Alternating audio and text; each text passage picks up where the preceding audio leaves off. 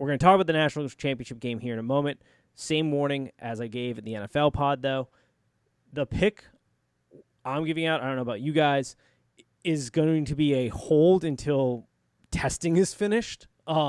Because this could change wildly from what we say today to what is actually there on Monday. So I'll tweet out my pick officially on Monday morning, but we'll talk about it as things stand today. Ohio State, Bama, lines at 8, over-unders 57. This is the biggest line in a national championship game, I think. I know it's the highest total in a national championship game so far. Where are we standing? How are we feeling going into this? Where is our headspace here? Yeah, so let's first say I am not an Ohio State fan, but I was sure glad to see them beat Clemson. Dude, I was 100% wrong at Ohio State. 1,000%. Was happy because I don't like Dabo. Dabo makes an ass of himself every time he opens his mouth, it seems like. But was 1,000% wrong on Ohio State. So, hand up apology on that one. I think for Ohio State, like I would love to say that, oh yeah, OSU is gonna win. They're gonna prove that the Big Ten deserve to be in the college football playoffs. But after watching that Notre Dame game, I don't know if Ohio State has the personnel for this game. It's not even Ohio State having the personnel. I mean, Alabama just looks way too good to me. Yeah, I mean, Alabama's the best team in the country all season long. I would definitely not disagree with that. There's a reason they're the highest favorite, I think, in the history of the national championship game since the playoff era. Sorry, not like in the history of all national championship games. I don't know on this one. There's a part of me. So I think we could break down the X's and O's. I want to talk about the motivational factor here for a second. Do you give any credence to the fact that, because that Ohio State team against Clemson was not an Ohio State team I've seen all year. I don't know about you guys. I don't think I've seen that Ohio State team once in the 6 games they played. They were physical at the point of attack. Justin Fields looked phenomenal, as we thought he would look this year, but for most of the year he looked lost anytime he got pressured. That game he looked phenomenal. Do we give any credence to the fact that Clemson might be, at least in right now, day and age, the game that Ohio State gets up for the most? And I'm not talking just like from almost like a mini rivalry right now, because they seem to really hate Clemson. And does that, what we saw yesterday, or not yesterday, last week, take kind of like prevent or cause a potential letdown spot here from a motivational standpoint? Not even before we talk about X's and O's matchups, but just a pure motivational standpoint. Do you think feels like it takes out the wind a little? I don't really feel like it takes out the wind a little. I do agree with you that they really got themselves up to play Clemson because they really hate them. But what it really boils down to with them too is they really felt like they had a shot last year and they should have won the game against Clemson. So they really also felt that they had a shot to win the national title, not just to beat Clemson. So, yeah, I think they're determined to try and win that national title game this year. And I don't think that necessarily leaves a spot for a potential letdown here from a motivational spot or from a motivational standpoint. Yeah, I somewhat agree with that. For me, I always I think because it's a national championship game, energy will be there. It almost feels like Clemson's turned into sort of like a mini rivalry and like their most heated. Like, I feel like they have more passion for that game than when they play Michigan or Michigan State almost. Like, I feel like the energy level, like watching those players play, that was a completely different Ohio State team than we've seen all year. And part of that, I think, is just that adrenaline and that kind of like fiery of, oh, we're playing Dabo, we're playing Clemson, let's go type of deal. Well, I think too, like Dabo did a lot to stir the pot for Ohio State by opening his mouth, which he does all the time. I wish they would just 11. Stop him from talking. I think I agree with you a little bit here, Nate, that this is sort of turn it into like a rivalry, a playoff rivalry for OSU and Clemson. The other thing that like was noticeable and during that game is I think Clemson is still used to, like, even when they play Ohio State, like disrespecting the team that they're playing in the semi finals. because they're like we're going to the championship. So whoever's in the semi, because we've seen them come from behind too many times, and it just ran out this last game. I agree with that. That Clemson team. So we'll talk about this game, but I feel like it's fair to talk about the Clemson team here for a second. That was terrible. Like that was an embarrassment for Clemson because that defense was Swiss cheese. I mean, they let up something like 669 yards or something like that, I think. The offense, and I'm like half joking with this, but there's a part of my dumb sports brain that's like red flag on Trevor Lawrence almost. Not really, but like he's supposed to be this second coming of the greatest quarterback of all time. And in the two biggest games in the last 2 years, he struggled pretty bad. He struggled in the national championship game last year, and he struggled in this game. Now, that's not to say that he's to blame for this loss, because that defense was horrific. So, like, it's not on his shoulders. But he also didn't play great. Like, he didn't play as if the first pick, greatest quarterback to come out of college in a long time type of player. Right, he didn't, and it's almost like that Clemson offense can't take a punch in the face. They can deliver the punches, but they cannot take a punch in the face and bounce back. Like T. Higgins just disappears in big games, and so Trevor Lawrence misses his safety outlet. Yeah, it's tough to do that as a quarterback when your screen pass or your dump down pass, your automatic go-to pass just disappears. Yeah. Also, I think Clemson abandons the run very quickly a lot of times. Insane. Yes. I was talking about that. Did I say T. Higgins? Yeah, you said T. Higgins. I think meant you meant Travis Etienne. Yeah. I was gonna correct it when I came back around. I knew that's who you were talking about. Let that go on for way too long. Yeah.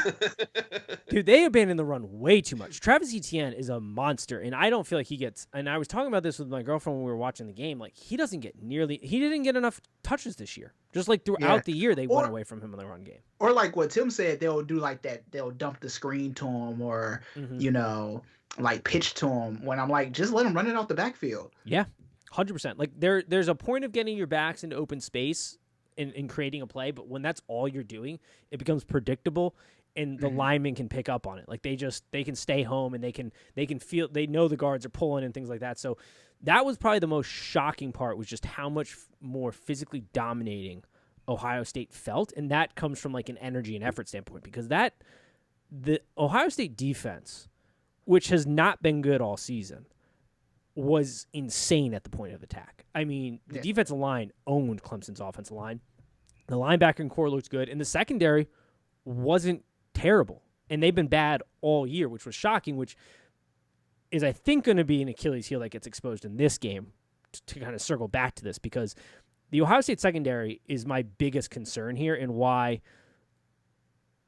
Like, if Alabama was at 7, I'd love this, because the Ohio State secondary has given up the most passing yards in the Big Ten this season. And so what do we know about Alabama? Well, we know they have the Heisman Trophy winner in Devontae Smith, who is insane. We know they have Mac Jones, who loves to push the ball, and they might get Waddle back, including Harris. Like, the offensive weapons to push the ball down the field, to the point, because Harris is so good in the backfield, you're going to have to man up on the wide receivers every once in a while, and they can burn you, especially if Waddle comes back, which he apparently right now is a game-time decision. Who knows if he'll actually play, but if they get him back with Devontae Smith, holy shit, are they going to be burning people? Is my thought initially. Something I'd be very, very worried about. I mean, they were very physical at the point of attack, and even their wide receivers, or their cornerbacks. I mean, everybody was really flying around on that defensive side of the ball for Ohio State. I don't know that I see that happening again, though. Yeah, that's going to be the biggest part. They have to be physical. Like, this game will be won in the trenches almost, because you've got the Alabama offensive line, who's the best in the country. They won the Jim Moore Award this year. And then you got the Buckeyes defensive line, where, what's his name, Haskell is a force to be reckoned with. And you've got really good point of attack last game. But my concern with Ohio State, and it's why I locked Clemson in last week, is just what we've seen over 6 games was not the team we saw in Clemson. So do we get the team that we saw over the first 6 games of the season, or do we get the team that played so physical, so fast, so dominant on Monday night? Is my biggest. I don't know. But if we do, I like Ohio State at 8. But if we don't, they're going to get murdered. Is Yeah, my there's thought. there's no close game in this one. There, there's no in between. I feel like that line is split between like a blowout and a close game. There's No, no there's no like there's no like it's gonna be a 14-point game, and I feel good about that yeah, no. type of What a was thing. that? Georgia, Alabama. What was that? 2 years ago? 3 years ago? Where they blew him out, or where it was close. It was close. That was that the SEC champ? That was the national. That was when Tua came in, so that would have been 2 years ago, right? He came in relief Sounds for about right. Jalen Yeah, Hurts 2 years 2 ago. years Yeah, ago. 2 years ago. Yeah. 2 years ago. Yeah. He came in relief. It's for probably the Jalen most Hurts. exciting game I watched in the championship in a Yes, while. I would agree. I there's a part of me like if you're better who likes Ohio State, I would probably start to grab the number here, because Mm. if they don't have COVID issues, this number's probably coming down by Monday, I would think, because Alabama, because there's no uniform testing in the NCAA, which is so weird, but Alabama doesn't have to test again after Friday. So, like, no matter what Really? happens, they test on Friday, they're done. Like, they're not going Oh to my test all the way God. through until Monday. Ohio State has to test all the way through Monday. So, like, if Ohio State doesn't have any problems, and you like Ohio State, I feel like this line's probably going to come back down to 7, maybe even 6 by the time we get to game time. But if you like Alabama, I think you're holding out on the number right now, right? Let me let you in on a little secret here. Ohio State is not going to report that they have any COVID cases. Yes. Well, they've got it. Well, well, Dante, let me let you in on a little secret. Vegas knows everything. Yeah, this is very true. Very true. Which is why I think we'll probably be fine here.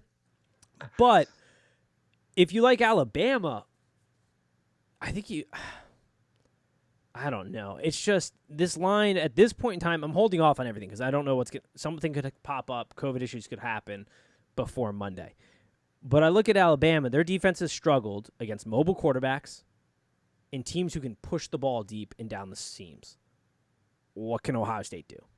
They got a mobile quarterback and they can push the ball down the seams, especially with Wilson and Olave. As long as they're good to go, as long as they're the players that don't have COVID issues right now, which I assume Olave won't because he already had that earlier. Yeah, he just got back from it. Yeah, he just got back from it. So if they have both those guys go, like that was what Notre Dame was missing. Notre Dame was missing that kind of big electric play, guy who could push the ball down the field because they were controlling the clock. They held Alabama to the lowest score all season. Yeah. There's an argument that Alabama took their foot off the gas a little bit, but still held them to the low score all season. They controlled the ball. They just had no explosiveness. They couldn't get a big play. Ohio State can get the big play. And Alabama has struggled against mobile quarterbacks and guys who can kind of push the ball. But there's also no stopping this Alabama offense. Yeah, they can do both at Ohio State with the explosive plays. I mean, they can go fast and they can go slow. I mean, imagine the kind of season that Trey Sermon would have had if the Big Ten played a real season this year. Dude, talk about a power move Like, with Brian Day. just where does he come from? Just waiting to let the nation know he's got the best back in the country halfway through the season. Like, what was this? Where was he from the start? Like, why was he not the starting back all year? I don't know how you missed that. I don't know how he's not the starting back all year. That's another It's just thing. insane. He's fresh. There's a freshness to this Ohio State team. They don't have as much wear as Alabama. Now, there's a question of how much Wait, wear. wait for Yeah, them how to much start wear with does that. Alabama really have after playing through this SEC game? But they only played 6 games. You've got a fresh back in Trey Sermon. I fucked up the name. Trey Sermon. Sermon. Thank you. You know Wouldn't names. be the first time. Names and me do not go along. But I mean, this is giving me slight like Ezekiel Elliott, Ohio State can dominate it on the run, and then can get a Fourth big seed to yeah, winning the get a big national play. title, Does it you not? I know. mean, like he's. I mean, it kind of is. It kind of kinda is. Is this not Especially like if Justin Fields comes through like he did last week. I mean, it's 50 that was Shades just of Ezekiel insane Gray? to watch like a college football player go into the booth, get shot up with a few needles, and then right back out on the field. Yeah. Let's see if that lingers, if any of that injury lingers. That is another concern, is how stiff will he be? I mean, they'll probably give him that shot they were giving Tyrod. And then at halftime, Hopefully they don't puncture a lung here, but like that, whatever that, I remember, I don't think your lung goes down to your hip, though. I think he's all the way down into his hip. Yeah, or his ribs, right? I thought it was his ribs. Oh, really? I thought it was his hip. I thought it was his rib. I thought he got hit on the hip. What was it, Pat McAfee? I know he looked like he got folded in half. He got hit hard. Yes. Which was a nonsense, like, I get by the rule, but whatever. I'm not getting into that today. That'll send me off on another bit. We got other things to talk about here. But he'll probably get that shot that they were going to give Tyrod that just, like, completely numbs you for, like, 4 hours. They'll give it like right before the game, and he won't feel a thing. He'll be fine. Hopefully they don't miss. And I mean, you could see him wincing like throughout the rest of the game every time he threw the ball. It's incredible though that he did it. Just throwing the ball. Did you see that GIF of him trying to get on the exercise bike just to stay warm? Looked like every person hitting the gym January 1st this year. Yeah. All right, picks have to meet. I think. With all things considered, with Ohio State's secondary being so bad, I mean, the key for them is can that offensive line or defensive line get any pressure, especially up the middle, to make Mac Jones uncomfortable, to speed up the game, speed up the time, to help out that secondary? Because I think that secondary is just going to get burned. Alabama's defense has struggled with teams like Ohio State that can run the ball but really have mobile quarterbacks and could attack the seams, like I said. I think I like the under because it's just a little too high, and I think I like Bama at 8. If it's at 7, I think I love Bama. What is the over again? 57. It's high, dude. It's never. That's high. I think it. I don't even. But I'm going the over. Mainly because I think I like to pick bets that I like to root for. Fair. So how I normally like to root for points, and I'm going the over in this game. Oh man. And because you're going the under. So I will take a sacrifice for the trophy kids here because when Nate and I are usually on opposite sides, there is one loser, and more often than not, it is me. So I would suggest to follow his picks, but I'm going with the over. I think I'm going under. I would rather die in the over than die in the under, but it's so high, especially for a national championship game. And it's high, but Alabama's defense is like broken. I know. Alabama's defense is not that good. They struggled against Ole Miss. Yeah, Nate, Ole Miss. All right, I'm gonna wait. I'm gonna wait to see what happens. They struggled against Ole Miss. I mean, I get Notre that. Notre Dame doesn't have the greatest offense, and they never really have. And Notre Dame was out there playing Big Ten football. Yeah, they more look lost out there on offense than like actually being stopped on by the defense. All right, if there are no COVID issues, I'm going over. I'm going over. Fuck it. We're going over. We're ending the season on an over. We're ending the season on an over. All right, I'm going over 75. If there's no COVID issues. Should have kept my mouth shut. And I'm going you should have said anything. So now the game is going on the same side. So now it's definitely going 17. Yes, it's going over. We're going over, boys. We're taking the over. We're dying on the over. Oh, to wrap this into it, do we think Ryan Day? I always call him Brian Day. Once again, not a names guy. Not a names guy. We think this puts him into the like top 4 coaches in college football right now.